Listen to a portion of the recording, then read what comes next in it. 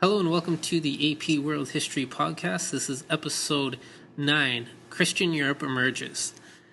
In episode 6, we focused on Rome and Han China, and in episode 8, we picked up with China and did a brief overview of the post-classical period, and we looked at the Sui dynasty, the Tang dynasty, and the Song dynasty. So in this podcast, I'm going to pick up with the European side and look at the collapse of the Roman Empire and try to make some sense of what happened in the 1,000 years following the collapse of the Roman Empire in Europe. So Rome's decline as superpower began around the year 200, and in the 3rd and 4th century, these Germanic tribes started invading Roman territory, and it's really these invasions from outsiders that caused a lot of problems for Rome. Taxes became higher and higher because the empire needed more money to defend itself. So this, combined with constant political corruption, led to a lot of angry Romans, a lot of social upheaval. And later on, there were some emperors that tried to reverse the decline and reverse some of the problems. And the most famous of these were Diocletian and Constantine. And they tried to save the empire by making economic and military reforms. And what happened eventually, Constantine moved the capital from Rome to Byzantium and renamed it Constantinople. And this move would pave the way later for the Eastern Roman Empire. But the actual fall of the Roman Empire was started by tribes of Huns who were united under Attila the Hun. And they migrated from Central Asia, and during their migration, they ran into a Germanic tribe known as the Visigoths, and they were able to push the Visigoths into Roman territory. And in the year 410, the Visigoths decided it would be a good idea to raid Rome. And this really sent shockwaves through Roman civilization. Romans viewed themselves as the most powerful, the most civilized people in the world, and they couldn't even defend themselves against these people that they viewed as barbarians. After the Visigoths, another Germanic tribe called the Vandals invaded Rome from the west, so hence where the word vandal or vandalize comes from. And the last straw came in the year 476, where another Germanic tribe deposed the last emperor of the Roman Empire. So I need to backtrack a bit and look at the division of the Roman Empire into East and West. By the end of the 4th century, the Roman Empire was formally divided into Eastern and Western halves. The Eastern Empire produced the majority of the empire's grain and had better access to the major trading routes like the Silk Road and the sea routes and the Trans-Saharan trade, the trade routes that we looked at in week 7. So it wasn't long after the division of the empires that the Western Roman Empire, including the city of Rome, collapsed. The eastern side, also known as the Byzantine Empire, and its capital of Constantinople, which is modern-day Istanbul, lasted for another 1,000 years. And in its heyday, the Byzantine Empire included Egypt and Greece and Syria. Constantinople and the Byzantine Empire in general remained very much Roman. The way people paid their taxes, the structure of the military, Roman laws, and the Christian Church all persisted into the Eastern Empire. The people still referred to themselves as Romans, and they continued to distinguish themselves from barbarians that existed on the fringes of the empire. So remaining Roman was a primary concern of the emperors, and one thing they did, or one example of this, is to avoid being contaminated by barbarian customs. Residents in Constantinople weren't allowed to wear clothes made from animal skins. They weren't allowed to have long hair, because these were things that the barbarians who overthrew the Western Roman Empire did, not things that Romans would do. Politically, the Byzantine Empire was always smaller than the Roman Empire during its heyday. The most famous Byzantine emperor was Justinian, and he ruled from 527 to 565. And Justinian, probably most famous for establishing a law code for the empire, and this was based on the 12 tables of Roman law. So you'll read about this, and you might have heard of this. It's known as Justinian's Code. Justinian also tried to reunify the Roman Empire by conquering the West, but he was never successful at doing the size of the Byzantine Empire would shrink dramatically from the size it was when it was formed. This is mostly due to the rise of Islamic empires in the 7th century. So the Islamic empires conquered North Africa and much of the Middle East. But a smaller, more compact version of the Byzantine Empire lasted until the year 1453. The Byzantine Empire was very powerful economically speaking.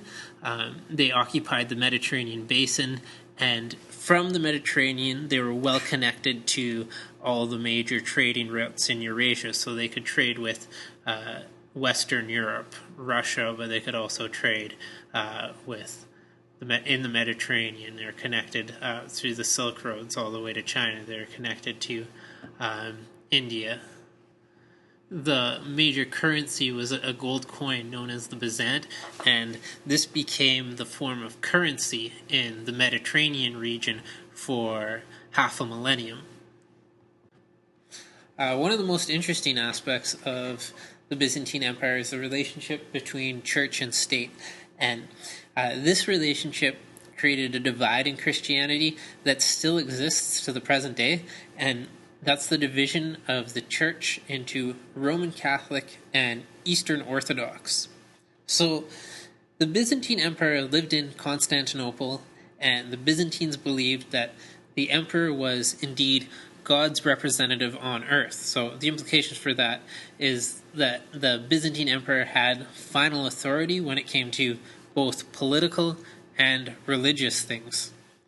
So the emperor would be responsible for appointing the head of church, and this person was known as the patriarch.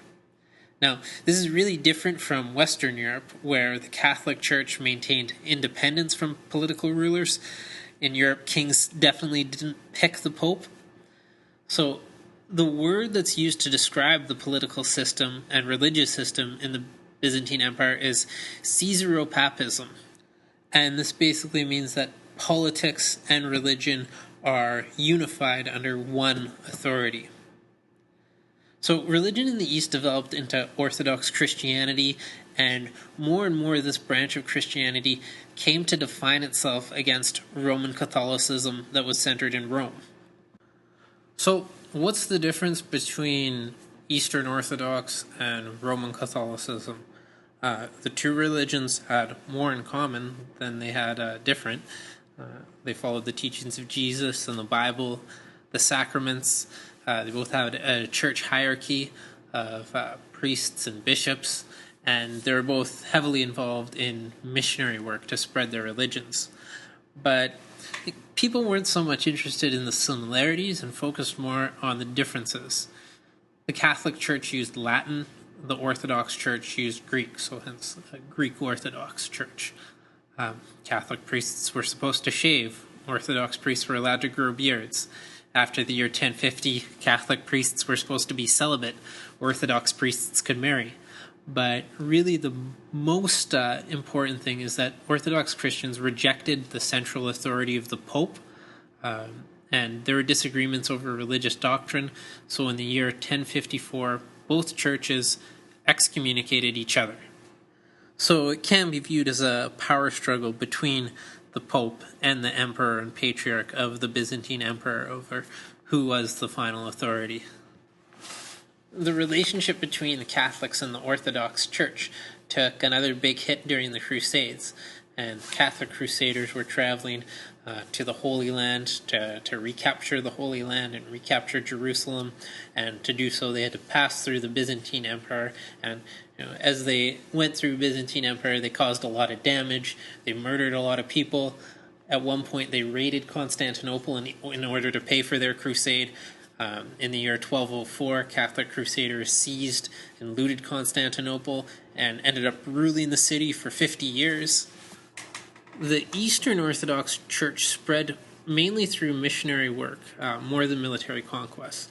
So today we associate Eastern Orthodox with places like Russia and the Ukraine.